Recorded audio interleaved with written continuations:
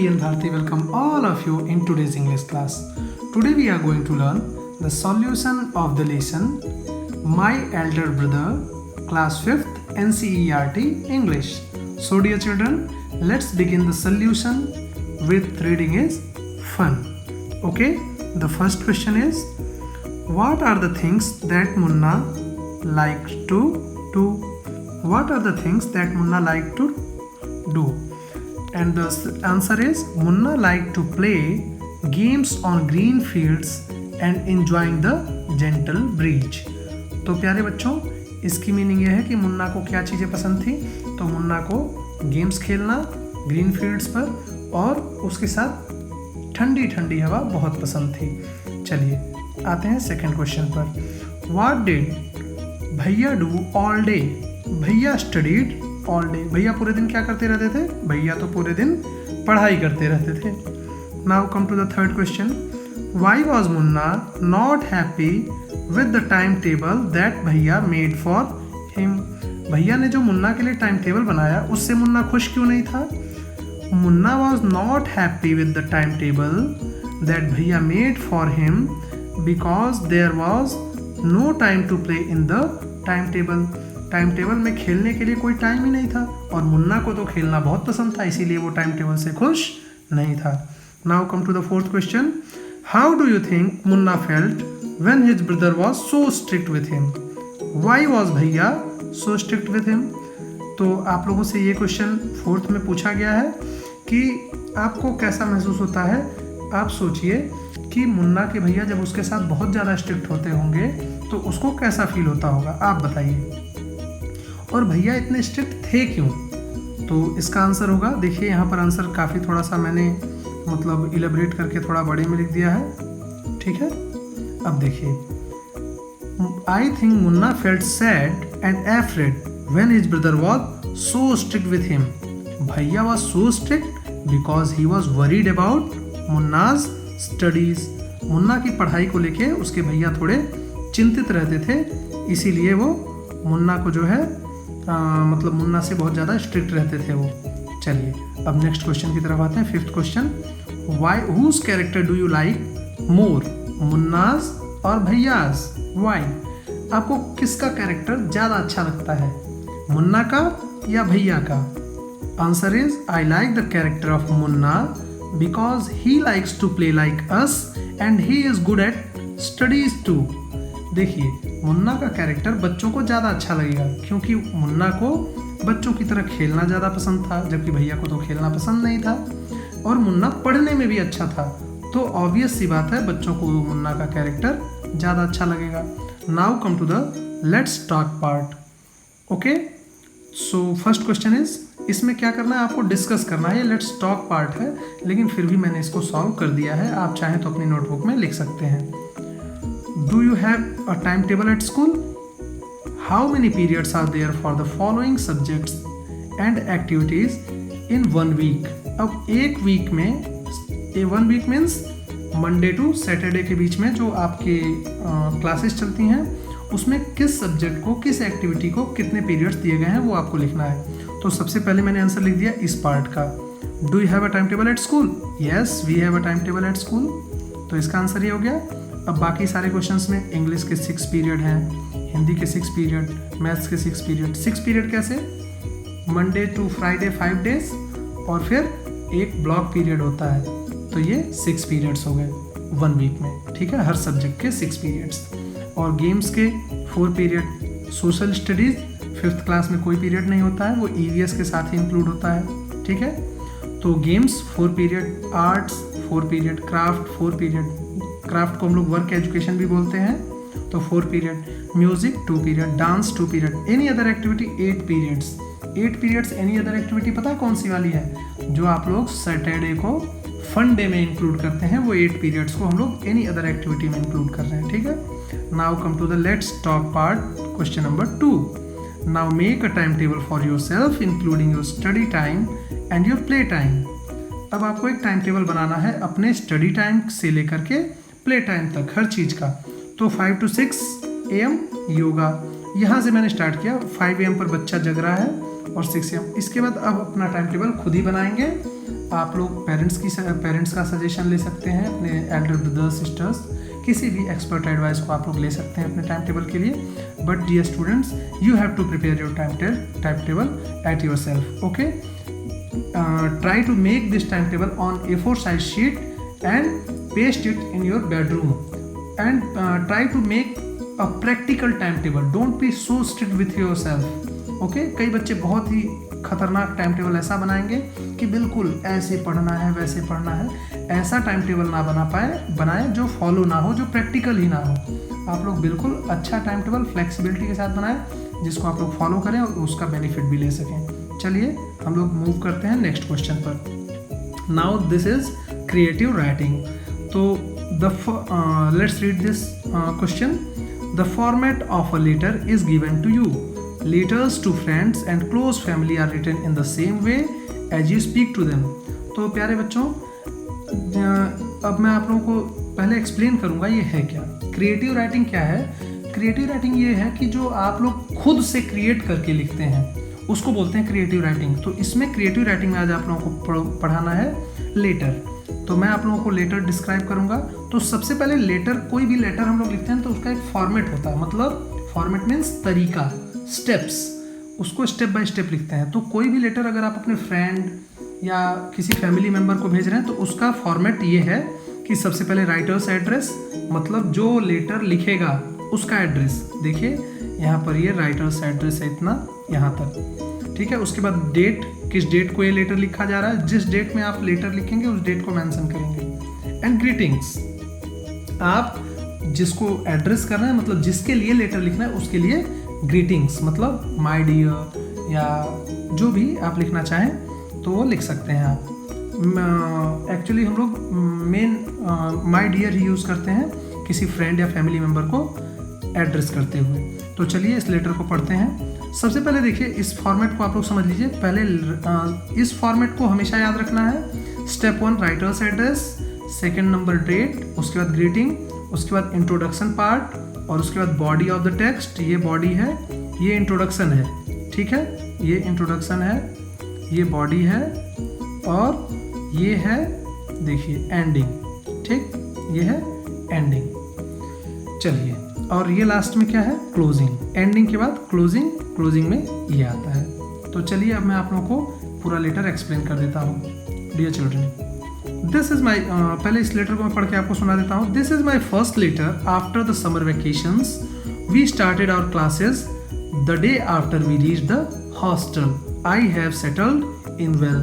अब ये क्या है, Krishna boys hostel modern public school Kolkata से ये लेटर लिखा जा रहा है. जो बच्चा लिख रहा है वो लेटर किसको लिख रहा है, अपनी मदर को. किस डेट को लिख रहा है, कब ये लेटर लिखा गया, 10 जुलाई 2000 को लिखा गया ये लेटर. चलिए अब हम लोग आगे बढ़ते हैं. This is my first letter after the summer vacations. We started our classes the day after we reach the hostel. I have settled in well.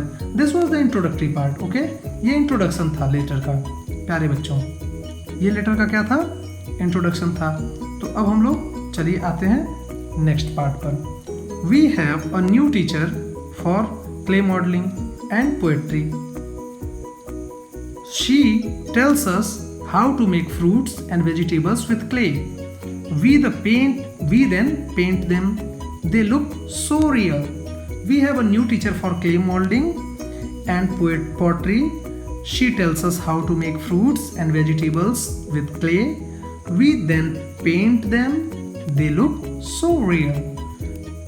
Next line is, next paragraph. We have an inter-house poetry recitation coming up in August. I am really excited about it.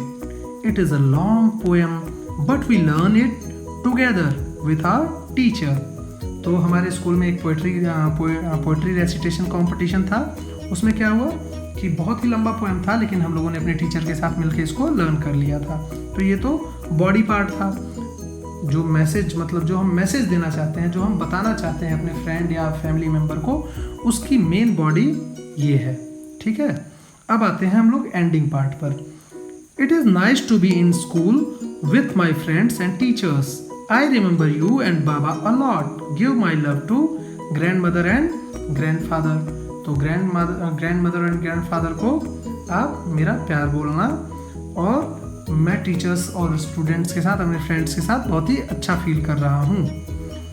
अब चलिए closing पर। Do right back soon, मतलब ये mummy से कह रहा है कि मम्मी आप भी मुझे बैक लेटर लिखिए। इसका reply your loving son Pratap. तो ये मम्मी को लेटर लिखा था, किसने लिखा था? प्रताप ने। बच्चे का नाम क्या है जिसने लेटर लिखा है? Writer's name Pratap. Okay, now come to the next page. As you know we have read the letter, so we need to answer these questions which have been asked in the first question. After reading the letter, answer the following questions. First question is, who has written the letter? Pratap has written the letter.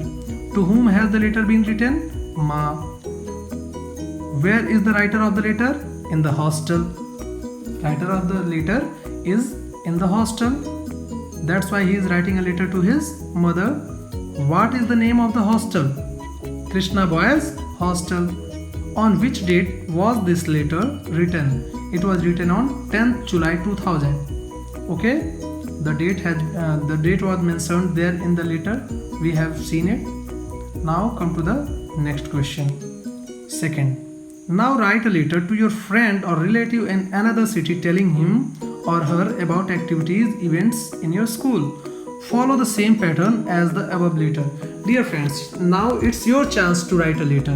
That's why it was creative writing. इसमें आपको खुद एक letter लिखना है। मैंने तो आपके convenience के लिए एक लेटर लिख दिया है, लेकिन आप कोशिश करिए कि आप खुद भी एक लेटर लिख पाएँ। तो सबसे पहले राइटर्स एड्रेस देखिए यहाँ पर, house number 1060A, Saraswatipuram, Gorakhpur, Uttar Pradesh. Date उसके बाद 10 सितंबर, उसके बाद ग्रीटिंग डियर प्रतिमा। आप इसको डियर फ्रेंड प्रतिमा भी लिख सकते थे, ठीक है। I am writing you this letter to wish you on your birthday because I am unable to come to your place due to कोविड-19 पैंडेमिक। तो ये अभी के डेट में लिखा गया लेटर है। तो वो जो बच्ची है वो अपने फ्रेंड को लेटर लिख रही है उसके बर्थडे पर, क्योंकि वो उसके पास जाकर विश नहीं कर सकती क्योंकि पैंडेमिक है कोरोना वायरस का, ठीक है। I want to tell that we are studying at home most of the time to stay safe. हम लोग घर पे ही पढ़ाई कर रहे हैं जिससे कि हम लोग सेफ रहें। और online classes are being conducted. It's really a new and unique experience of learning from distance. I attend online classes of all the subjects and give test online. Our teachers working hard to reach and teach us, but I am missing my school and friends very much. I hope very soon we'll be attending our school. I hope you are safe there. ठीक है, तो बच्ची को उम्मीद है कि बहुत जल्दी हम लोग स्कूल में वापस आने वाले हैं और स्कूल अटेंड करेंगे। और मुझे ये भी उम्मीद है, बच्ची कह रही है कि मुझे ये भी उम्मीद है कि तुम वहाँ पर ठीक होगी। डू राइट बैक सून, तुम भी मुझे जल्दी से लेटर लिखना। योर फ्रेंड मीनाक्षी, ठीक है। तो ये राइटर्स नेम क्या है? राइटर्स नेम है मीनाक्षी, और जो जिसको लिखा गया है उसका नाम क्या है? प्रतिमा। और ये किसको लेटर लिखा है इसने? प्रतिमा, मीनाक्षी ने अपनी फ्रेंड प्रतिमा को, ठीक है। किस डेट में लिखा है? 10 सितंबर को। और राइटर्स एड्रेस क्या है? House number 1060A, Saraswatipuram, Gorakhpur, Uttar Pradesh. Now come to the next comprehension part. Dear students, this video is getting longer, but you need to continue this video to watch the full solution of this lesson. So first we are going to read this comprehension. Read the following passage and answer the questions that follow. तो इसमें क्या करना है आपको? ये जो passage दिया हुआ है ना पूरा, इसको पढ़ना है और उससे पढ़ के आप लोगों को आंसर लिखना है। तो मैं जल्दी से इसको पढ़ देता हूँ। Oliver was a 9 years old boy. He lived with other homeless boys in an orphanage. He was pale and thin as were the other boys living there. This was because they had to work hard but were never given enough to eat. वो बहुत ही thin था, बहुत ही ज़्यादा पतला था और दुबला था। तो क्यों ऐसा था? क्योंकि वो बहुत ही कम खाने को उन लोगों को मिलता था। The owner of the orphanage, Mr. Bumble, was a cruel man and he ill-treated the boys. Mister Bumble जो कि ओनर था उस ऑर्फनेज क्या होता है? जो अनाथ आश्रम होता है उसको हम लोग ऑर्फनेज बोलते हैं, जिसमें छोटे छोटे बच्चे, अनाथ बच्चे जिनका कोई भी ना हो, होमलेस बॉयज़, उनके लिए हॉस्टल था। ठीक है, Oliver's orphanage. The boys were always hungry, बच्चे यहाँ पर हमेशा भूखे रहते थे। It was true that they were given 3 meals a day, but each meal consisted only of a bowl of watery soup. बच्चों को 3 बार दिन में मील मिलता था, मतलब खाने को मिलता था, लेकिन उस खाने में क्या होता था, सिर्फ पानी वाला सूप होता था, एक कटोरा पानी वाला सूप होता था। आप बताइए क्या सूप से किसी का पेट भरा जा सकता है? और जो सिर्फ सूप पिएगा उसकी हेल्थ कैसी होगी? तो वही इसमें दिखाया गया है। They were almost starving, starving means होता है भूख से तड़पना या भूख से मरना, तो वो ऑलमोस्ट सभी भूख से मर रहे थे। So it was decided by them to ask the master for more soup, तो सभी लोगों ने मिलकर डिसाइड किया कि अब जो मास्टर है, मतलब जो अब मालिक है, उससे हम लोग और सूप डिमांड करेंगे। But who would bell the cat, finally the task fell to Oliver, तो अब बिल्ली के गले में घंटी कौन बांधे, मतलब ये एक कहावत है, मुहावरा है कि अब ये जोखिम ले कौन, ज़्यादा मांगने का जोखिम कौन लेगा। Finally the task fell to Oliver, और फाइनली ये जो टास्क था वो ओलिवर को करना पड़ा। When all the boys had assembled in the cold stone hall for their evening meal, the soup was served. तो कोल्ड स्टोन हॉल में जब सभी बच्चे इकट्ठा हुए तो सूप सभी लोगों को सर्व किया जाने लगा, मतलब दिया जाने लगा। इट सून डिसअपियर्ड, बहुत ही जल्दी ये सूप खत्म हो गया। The boys whispered to one another and one boy pushed Oliver a little, सभी विस्पर्ड मीन्स धीरे धीरे बोलना कान में, ठीक है, तो सभी बच्चे धीरे धीरे बोलने लग गए, तो एक ने धीरे से ओलिवर को थोड़ा पुश कर दिया, आगे बढ़ाया। Oliver making a brave effort, बहुत ही बहादुरी भरा कदम उठाते हुए ओलिवर ने क्या किया, स्टूड अप, खड़ा हुआ, वॉकड अप, आगे बढ़ा, to the master with his bowl, अपने कटोरे के साथ मास्टर की तरफ, मास्टर मीन्स जो मालिक है, उसकी तरफ कटोरा लेकर आगे बढ़ा, बाउल एंड स्पून, अपना स्पून एंड बाउल लेके, इन हिज हैंड, अपने हाथों में लिए, एंड सेड ट्रेम्बलिंगली, ट्रेम्बलिंगली क्या होगा, ट्रेम्बलिंगली मीन्स होता है कांपते हुए, तो कांपते हुए उसने क्या कहा, please sir I want some more, please sir मुझे थोड़ा और दीजिए, ठीक है। तो उसको और सूप की डिमांड करनी थी, क्योंकि वो बहुत ही ज़्यादा स्ट्रिक्ट था mister Bumble, he was rude to the boys, that's why no one was asking for more, but one day they decided that Oliver will ask for more soup and finally Oliver asked. तो चलिए हम लोग अब question पढ़ते हैं, क्या question है, why did Oliver live in the orphanage, Oliver orphanage में क्यों रहता था। Oliver lived in the orphanage because he was homeless, क्योंकि वो होमलेस था। Now come to second, who was mister Bumble, mister Bumble was the owner of the orphanage, orphanage का मालिक था mister Bumble. Question number 3, what meals were the boys given, बच्चों को क्या मील के रूप में दिया जाता था, the boys were given soup as meals, उनको खाने में सूप दिया जाता था। चलिए fourth question, what did Oliver say to mister Bumble, Oliver ने मिस्टर बम्बल से क्या कहा, Oliver said to mister Bumble please sir I want some more, please sir मुझे थोड़ा सा और चाहिए, ठीक है। तो आप लोग यहाँ पर एक डबल इन्वर्टेड कॉमा भी यूज़ कर सकते हैं, ठीक है। तो इसको मैं डबल इन्वर्टेड कॉमा लगा देता हूँ यहाँ पर, ठीक है, तो ये आंसर कंप्लीट हो जाएगा। चलिए अब हम लोग नेक्स्ट पार्ट पर आते हैं, fifth question, the other were the boys were given 3 meals a day, then why were they always hungry, जब बच्चों को 3 बार दिन में खाना मिलता था तो वो भूखे क्यों रहते थे। ये मल्टीपल चॉइस क्वेश्चन है, इसमें 3 ऑप्शंस दिए गए हैं, हम लोग ऑप्शंस पहले पढ़ लेते हैं। Because the soup they were given was never enough, उन लोगों को जो सूप दिया जाता था वो कभी काफ़ी था ही नहीं, पर्याप्त था ही नहीं। Because they work very hard all day long, क्योंकि वो लोग बहुत ज़्यादा परिश्रम करते थे पूरे दिन। Because the older boys drank up their soup, क्योंकि जो बड़े बच्चे थे वो बच्चे सभी सूप को पी जाते थे। तो फर्स्ट ऑप्शन करेक्ट है इसमें, first option is right, okay, this is right answer. Because the soup they were given was never enough, हमेशा कम सूप, जैसे ही उनको मिलता था soon it disappeared, बहुत ही जल्दी ये ख़त्म हो जाता था। तो ये ऑप्शन सही है। चलिए हम लोग आते हैं नेक्स्ट क्वेश्चन में। अब देखिए, find the words from the passage they mean the same. तो वेरी हंग्री का मीनिंग क्या है? स्टार्विंग, बहुत ही ज़्यादा भूखे होना, मतलब भूख से तड़पना, स्टार्विंग। टू वैनिश, गायब होना, डिसअपियर, गायब हो जाना। तो ये सारे पैराग्राफ से लिए गए हैं। आपको देखिए यहाँ पर लिंक भी दिया गया है कि पैरा 2 में से मीनिंग ढूंढना है आपको वेरी हंग्री का। टू वैनिश का पैरा 3 से ढूंढना है। तो आप लोगों को मैंने ढूंढ के पहले से आप लोगों को लिख दिया है, लेकिन फिर भी आप लोग एक बार जा करके उसको पैराग्राफ में देखेंगे। 7th question, all the boys assembled in the cold stone hall. Here the word assembled means क्या होता है?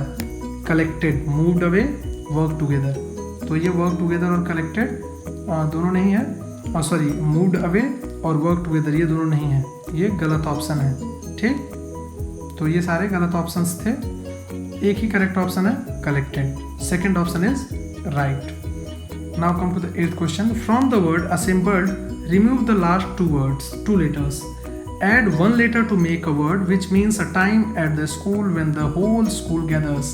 सुबह में जब सभी लोग इकट्ठा होते हैं तो मतलब उस प्रोग्राम को क्या बोलते हैं, या उस गैदरिंग को क्या बोलते हैं? असेंबली बोलते हैं। ठीक है, उसको असेंबली बोलते हैं। यहाँ पर वाई ऐड कर देना था बस, और कुछ नहीं। Give a suitable title to the passage. इस पैसेज को आप एक टाइटल दीजिए। तो कोई भी टाइटल आप दे सकते हैं। ठीक है, तो ओलिवर्स ऑर्फनेज, तो ये, या स्टार्विंग बॉयज लिख सकते हैं आप लोग, ओलिवर्स ऑर्फनेज लिख सकते हैं, कुछ भी आप लोग लिख सकते हैं। तो मैंने यहाँ पर लिख दिया Oliver's orphanage. Oliver's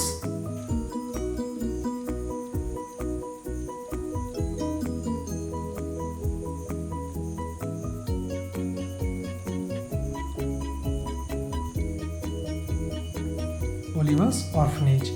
I have given this name to this topic. मतलब ये जो पैराग्राफ है इसको मैंने ओलिवर्स ऑर्फनेज नाम दे दिया। ये आंसर में आप लोग लिख सकते हैं। ठीक है, चलिए अब हम लोग चलते हैं नेक्स्ट क्वेश्चन पर। लेट्स राइट में क्या है? To learn means to understand और टू गेन नॉलेज। तो to learn means to gain knowledge और to understand. To teach means to show how to explain. तो चलिए अब इसमें ये फिल इन द ब्लैंक्स है, इसमें आप लोगों को लर्न, टीच, ये सब फिल करना है। तो मैंने ये देखिए कर दिया है, आप लोग देख करके इसको अपने नोटबुक में लिख सकते हैं। Will you teach me chess? Mister Sharma teaches, देखिए learn, learns, learned, has learn, teach, teaches, taught, has taught, ये सारा आपको यहाँ से देख करके लिखना था। ठीक है, तो will you teach me chess? Mister Sharma teaches class 8th। The students have learnt about road safety. My sister has taught how to ride a horse. I have learnt some of the customs of India. The last part, I learned how to cycle when I was just 4 years old. तो ये सारे paragraph मतलब ये सारे fill in the blanks थे, आप लोग इनको देख करके लिख सकते हैं। So dear children, this was the solution of the lesson. My elder brother, class 5th, NCERT English. Now come to the next question. Choose the correct word and complete the paragraph. All the class 5 students of our school were gathering in front of the principal's office. They were, इसमें were वाला सही है, going for the inter-school race. The bus arrived and they left for the stadium. The runners were taken to the starting point. The runners took their positions. Sir blew the whistle. One student of our school ran fast and came first. Everyone did their best and our school won the trophy. Everyone felt joyous. तो इसमें क्या है, सभी जो verbs दिए गए हैं या हेल्पिंग वर्ब्स दिए गए हैं तो उनका हमें पास्ट फॉर्म लिखना है, क्योंकि ये स्टोरी जो है पास्ट फॉर्म में है। ठीक है, तो इसमें वर यूज़ किया गया, left, taken, took, blew, ran, did, तो ये सारे पास्ट फॉर्म है तो पास्ट फॉर्म यूज़ किया गया है। Now come to the 3rd question. Read the following sentences. Bhaiya had been studying in the same class for 2 years for a period of time. Munna was flying kites since morning. From a time in the past till the present. Okay, तो आप लोगों को इसको भी fill करना था, तो मैंने लिख दिया I have lived in the house since I was baby. This big jar has been in our family for many years. The old banyan tree in the village has been there since the last 200 years. Nobody has seen him since yesterday. तो ये सारा आप लोग देख करके fill कर सकते हैं। So dear children, this was all the questions. This was the solution of all the questions which have been given in the lesson My Elder Brother. And here the last question is project work. You have to read it yourself and solve it in the house or in your classroom. Okay, so dear children, this was solution of the My Elder Brother. Thank you. Have a nice day ahead.